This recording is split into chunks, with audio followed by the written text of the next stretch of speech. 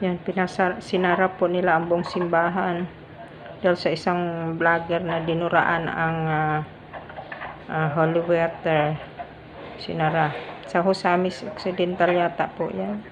Sa Husamis. Yan, sinara po ang simbahan doon kasi may isang vlogger na hindi Katoliko ay kanyang dinuraan ang holy water. Grabe naman siya, no?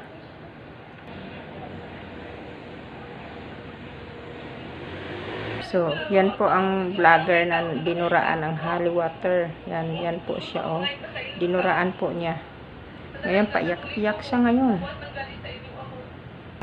Humingi siya ng Bisaya po ang salita niya. Yan, nakita kasi sa video, oh. Tinan mo siya, oh. Dinuraan niya, oh. Tinan niyo. Dinuraan niya ang holy water. Yan, diba? Yan po siya. Ayan, pinakita ko lang po sa inyo, i-share ko lang po, ayan o. Diba, binastos niya ang simbahan, Katoliko, kasi hindi siya Katoliko. Ayan po yung simbahan. Sinara na po. Ayan, thank you for watching.